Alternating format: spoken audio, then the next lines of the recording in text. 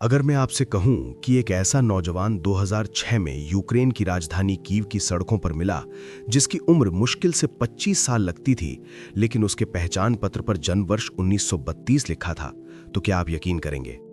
अगर मैं ये भी कहूं कि उसके पास जो आईडी थी वो ऐसे देश के नाम से जारी हुई थी जो दुनिया के नक्शे से 15 साल पहले ही मिट चुका था, और उसके कैमरे में कैद तस्वीरों ने डॉक्टरों और पुलिस को हैरानी में डाल दिया था, तो क्या आप इसे कहानी मानकर टाल देंगे या फिर अंत तक सुनना चाहेंगे? क्योंकि आज की ये दास्तान सिर्फ 2006 से शुरू होती है, लेकिन इसका साया 1958 और फिर 2015 तक फैला हुआ दिखाई देता है। अगर आपने ये कहानी पूरी सुनी तो आप भी सोचने पर मजबूर हो जाएंगे। आपने अभी तक हमारे चैनल को सब्सक्राइब नहीं किया है तो प्लीज सब्सक्राइब कर लीजिए और बेल आइकॉन दबा दीजिए ताकि वीडियो आते ही सबसे पहले देख सकें। साल 2006 की एक साधारण दोपहर, कीव की व्यस्त सड़क पर लोग अपने काम में व्यस्त थे। तभी भीड़ में एक युवक अजीब से अंदाज में चलता हुआ दिखाई दिया। उसके कपड़े पुराने जमाने के थे, जैसे किसी ने 50 के दशक की अलमारी से निकालकर पहना दिए हों। उसके जूते भी पुराने डिजाइन के थे और गले में लटका हुआ था एक भारी भरकम क्लासिक कैमरा। वो आसपास की इमारतों और सड़कों को ऐसे देख रहा था जैसे पहली बार देख रहा हो, मानो शहर अचानक बदल गया हो। राहगीरों को लगा शायद कोई कलाकार है या किसी फिल्म की शूटिंग चल रही है, लेकिन जब उसकी घबराहट साफ दिखने लगी तो किसी ने पुलिस को बुला लिया। पुलिस ने उसे रोका, नाम पूछा। उसने शांत स्वर में कहा, मेरा नाम सरगी है। पहचान पत्र मांगा गया और यहीं से रहस्य की असली शुरुआत हुई। आईडी कार्ड पर साफ लिखा था कि यह दस्तावेज सोवियत यूनियन द्वारा जारी किया गया है, यानी उस देश द्वारा जिसका अस्तित्व 1991 में समाप्त हो चुका था। जन्मतिथि 1932 दर्ज थी, जिसका अर्थ था कि उसकी उम्र लगभग 74 वर्ष होनी चाहिए। लेकिन सामने बैठा युवक 25 साल से अधिक का नहीं लग रहा था। सबसे चौंकाने वाली बात यह थी कि आईडी पर लगी तस्वीर और उसके चेहरे में कोई अंतर नहीं था। पुलिस अधिकारियों ने एक दूसरे को देखा और फिर उससे पूछा, आज कौन सी तारीख है? उसने कुछ क्षण सोचा और आत्मविश्वास से उत्तर दिया, 23 अप्रैल 1958। कमरे में सन्नाटा छा गया। अधिकारियों को लगा या तो ये युवक गहरे मानसिक भ्रम में है या फिर किसी अजीब षड्यंत्र का हिस्सा है। उसे मानसिक परीक्षण के लिए अस्पताल भेज दिया गया। डॉक्टरों ने लंबी पूछताछ की। उसकी याददाश्त सामान्य थी, उसकी बातचीत तार्किक थी, लेकिन वो लगातार यही दोहराता रहा कि वो सुबह शहर में तस्वीरें लेने निकला था। तभी उसने आसमान में एक अजीब उड़ती हुई वस्तु देखी। उसने कहा, मैं उसे शब्दों में बयान नहीं कर सकता, लेकिन मैंने उसकी तस्वीर खींची और उसी क्षण सब कुछ बदल गया। डॉक्टरों ने उसका कैमरा हाथ में लिया। वो पुराना ट्विन लेंस मॉडल था जिसे याशिमा फ्लैक्स कहा जाता था और जो 50 के दशक में लोकप्रिय था। कैमरे की हालत असामान्य रूप से अच्छी थी, मानो समय ने उसे छुआ ही ना हो। विशेषज्ञ को बुलाया गया जिसने फिल्म रोल की जांच की और पाया कि उसका निर्माण 1956 था। तस्वीरें विकसित की गईं और परिणाम ने मामले को और उलझा दिया।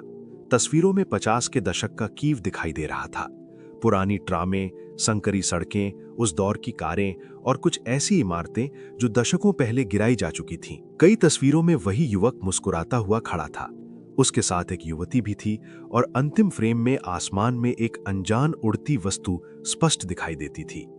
डॉक्टरों के लिए ये मान लेना आसान नहीं था कि वो सच कह रहा है, लेकिन उपलब्ध साक्ष्य भी पूरी तरह झूठ साबित नहीं कर रहे थे। जांच जारी ही थी कि एक दिन सरगी कमरे से बाहर निकला, दरवाजा बंद हुआ और वो फिर कभी नहीं मिला। सुरक्षा कैमरों में उसका आगे का कोई रिकॉर्ड नहीं था। वो जैसे अचानक हवा में घुल गया हो। पीछे रह गया सिर्फ उसका कैमरा, तस्वीरें और ढेरों सवाल। पुलिस ने पुराने रिकॉर्ड खंगाले तो पता चला कि 1960 में सचमुच इसी नाम का एक युवक लापता दर्ज हुआ था। तस्वीरों में दिख रही युवती को ढूंढ निकाला गया, जो अब बुजुर्ग हो चुकी थी। उसने बताया कि 1958 में सरगी कुछ दिनों के लिए गायब हुआ था, फिर अचानक वापस आ गया, लेकिन 1960 में वो दोबारा लापता हुआ और फिर कभी नहीं लौटा। वर्षों बाद उसे एक डाक मिली जिसमें एक तस्वीर थी। पीछे आधुनिक गगनचुंबी इमारतों से भरा शहर दिखाई देता था। तस्वीर के पीछे लिखा था 2015 और एक पंक्ति, मैं जल्द लौटूंगा। इस मोड़ पर कहानी रहस्य से विज्ञान की ओर मुड़ती है। क्या समय यात्रा संभव है? सिद्धांत रूप में भौतिक विज्ञानी एल्बर्ट आइंस्टीन ने अपनी विशेष सापेक्षता में बताया कि गति जितनी अधिक होगी, समय उतना धीमा बीतेगा। इसे समय प्रसरण कहा जाता है। 1971 में वैज्ञानिकों ने परमाणु घड़ियों को विमानों में घुमाकर यह सिद्ध किया कि गति के कारण समय में सूक्ष्म अंतर आता है। इसी तरह गुरुत्वाकर्षण भी समय को प्रभावित करता है। सामान्य सापेक्षता के अनुसार भारी द्रव्यमान के पास समय अपेक्षाकृत धीमा चलता है।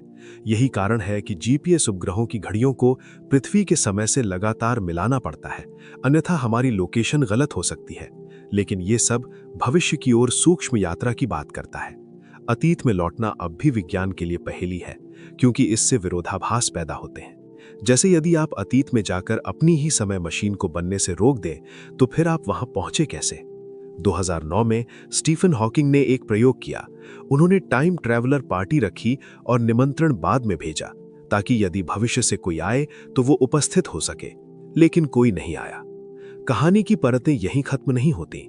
बाद में पता चला कि ये पूरी घटना 2012 में एक यूक्रेनी टीवी कार्यक्रम में दिखाई गई थी, जिसका शीर्षक एलियंस था।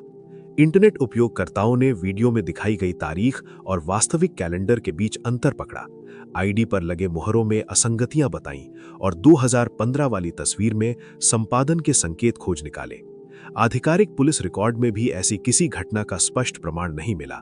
इससे यह आशंका मजबूत हुई कि यह सब कार्यक्रम की लोकप्रियता बढ़ाने के लिए रचा गया नाटकीय कथानक था। फिर भी प्रश्न शेष है, यदि भविष्य में समय यात्रा संभव होगी, तो क्या कोई हमारे वर्तमान में आएगा, या क्या वे पहले से यहां मौजूद हैं और हम उन्हें पहचान नहीं पा रहे? सर्गी की कहानी चाहे सच्चाई हो या कल्पना, वो हमें एक बात जरूर सिखाती है कि समय सिर्फ घड़ी की सुइयों से नहीं मापा जाता, बल्कि हमारी जिज्ञासा और कल्पना से भी जुड़ा है। और शायद इसी जिज्ञासा की वजह से ऐसी कहानियां हमें अंत तक बांधे रखती हैं। अब फैसला आपके हाथ में है, क्या ये समय यात्रा थी या एक सुनियोजित भ्रम? अपनी राय जरूर लिखें, और अगर ऐसी रहस्यमयी दास्तानें आपको पसंद हैं तो जुड़े रहिए। अगर आपने मेरे चैनल को सब्सक्राइब नहीं किया है तो प्लीज सब्सक्राइब कर लीजिए और बेल आइकन दबा दिया, और कमेंट में अपनी राय जरूर दें। फिर मिलेंगे एक नई दिलचस्प कहानी के साथ। जय हिंद।